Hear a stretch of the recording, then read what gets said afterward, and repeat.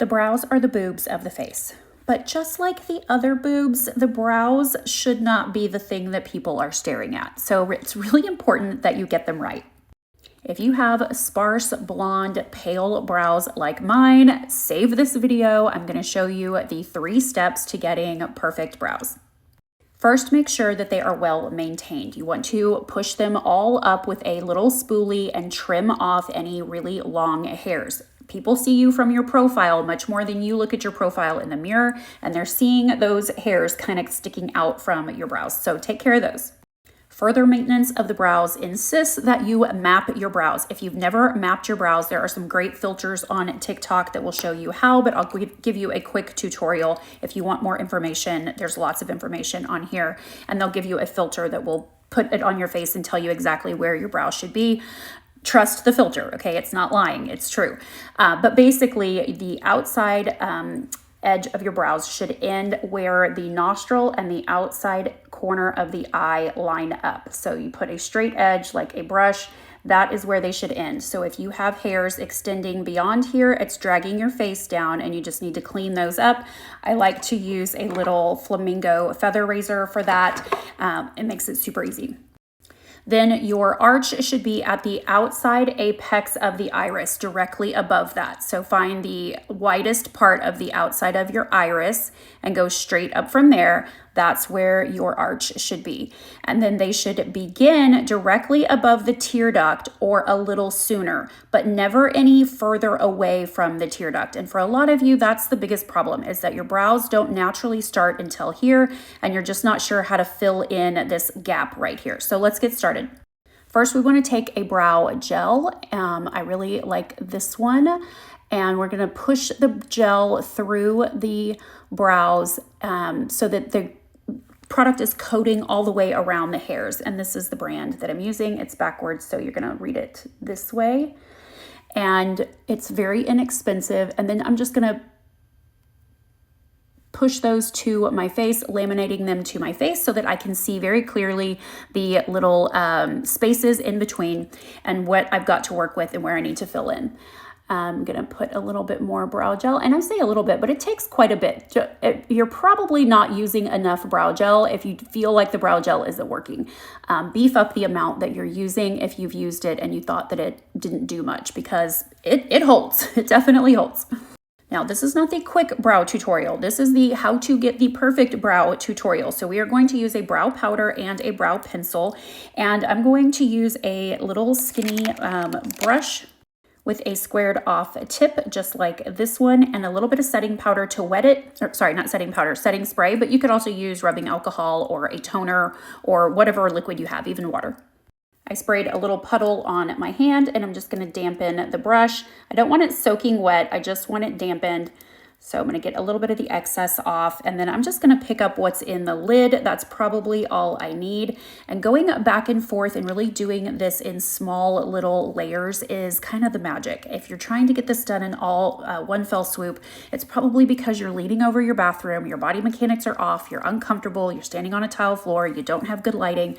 So find a place where you can sit down and get yourself some good lighting. We're going to start by starting our baseline right before the first lash actually, or the first brow hair actually starts.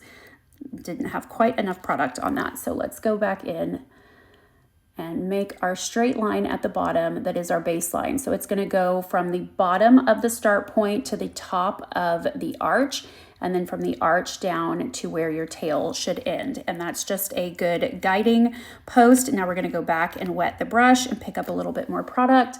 And we're just going to start at that baseline and make little, with this brush, you can really just kind of make little stamps because it's just the right size of a brow hair. But if you don't have a brush like this, then you're just going to make little tiny hair-like strokes. And that's going to give us a nice starting point for our brows. It's going to add a lot of texture. Let's do the other one. There we go. Now they both have a little bit of powder in them, and we can assess where we need to fill in to make them a little bit more even. And on this brow over here, it is in this area right here where I need to fill in. And on this one, we're going to start the starting point just a little bit sooner, but it doesn't really have nearly as much to fill in, maybe a little bit of height right here where they're a little bit shorter.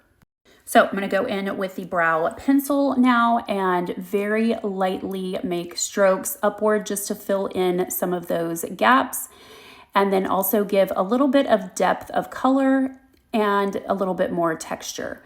So my touch is very, very light, and this pencil has a fairly soft wax to it, which makes it great for under or tight lining and eyeliner, smudging it into shadow. So it has a lot of great uses. But on the brows, if you have pale brows, you're going to want to be very easy with your touch. So we'll get just that little bit of height in this little spot right here where I actually don't have any hair. And then we'll top off the tail and taper that down with just the tiniest little pats. And then we're going to use the spoolie on the other end to brush through and make sure we maintain our shape.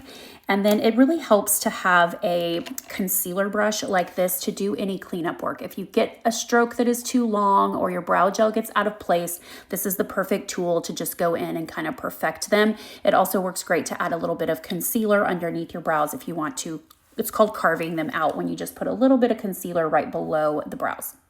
So there we go. Now we have great brows, but we need some makeup on the eyes to make the brows make a little bit more sense. And this is why I don't recommend microblading or doing anything permanent or semi-permanent to your brows, is because when you're not going to wear eye makeup, having very detailed brows is going to just look a little bit off, and it distracts people from being able to pay attention to your eyes when your brows don't kind of match the rest of your look. So it's why I've never done tattooing. So if you're thinking about that, I would suggest that you put your time and energy into learning how to do your brows better, maybe getting yourself better lighting, a place where you can sit down and do your brows in a way that doesn't frustrate you.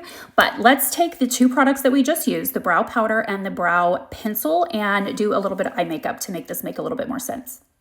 You've probably seen me do this 100 times before, but you're going to see it one more time.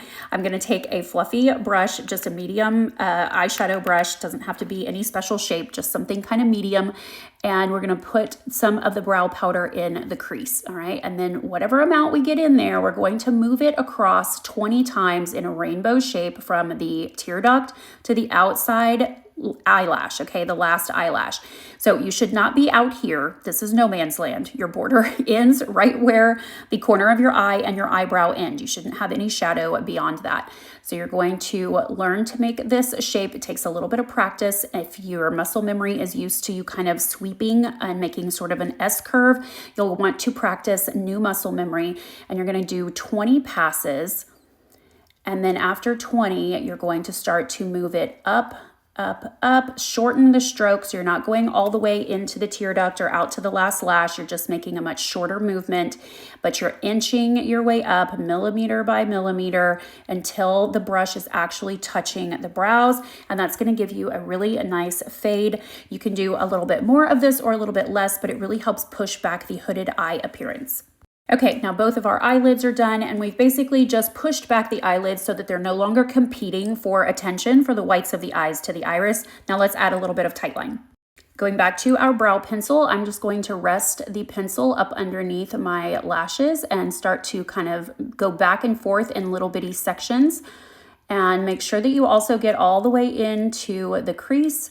You're aiming for depositing the wax between the lashes, and that is where it's going to stay the most. If you get a little bit on your lid, you can wipe it off or just blend it in and use it as eyeliner or a little darkened shadow right there. But you can see the definition that this gives the eyes versus over here. Both look beautiful. Take your pick on which one you prefer, but know that these products have lots of different purposes and can be used in more than one place. I'm going to take a little bit of the brow powder and add it to the bottom membrane just to take away the pink tone under there and give us just the tiniest bit of an outline around the eye.